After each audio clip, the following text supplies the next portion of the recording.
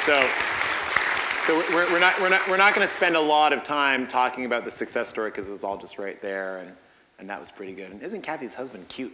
The way Yes, I think so. Yeah, and I'll never forget. He sat right over there and kind of doubted everything at first, and went and read a bunch of books. And I don't encourage people to do that because very few people have the staying power to read the books and then make it happen. So if you're going to read one book, it's mine, and just do it.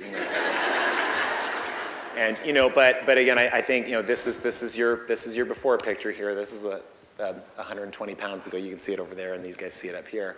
So I think the real reason I brought these guys up is because they're just inspirations for me, because you've really made this your life now.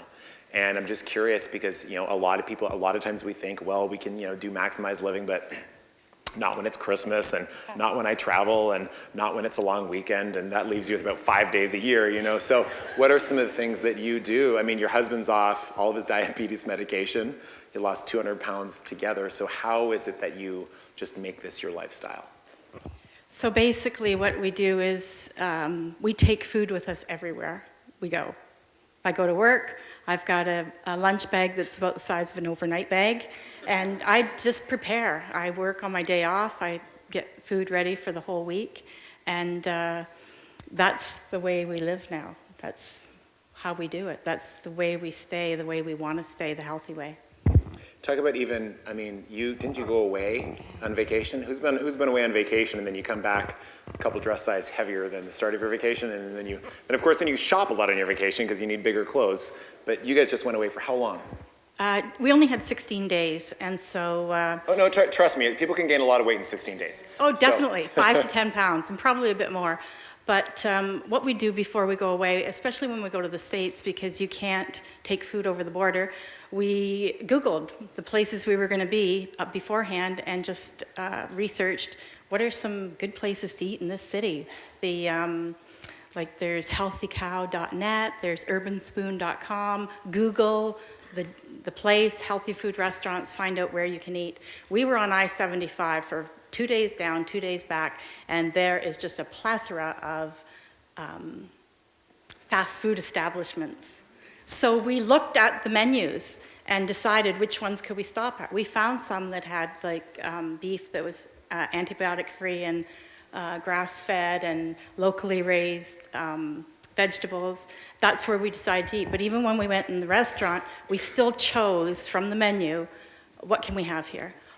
The slide nutritionally dense foods, that's what I look at when I go into a restaurant. Where's the nutrition here on this board?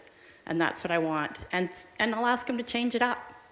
I want double grilled vegetables. I don't want any rice. I want some beans.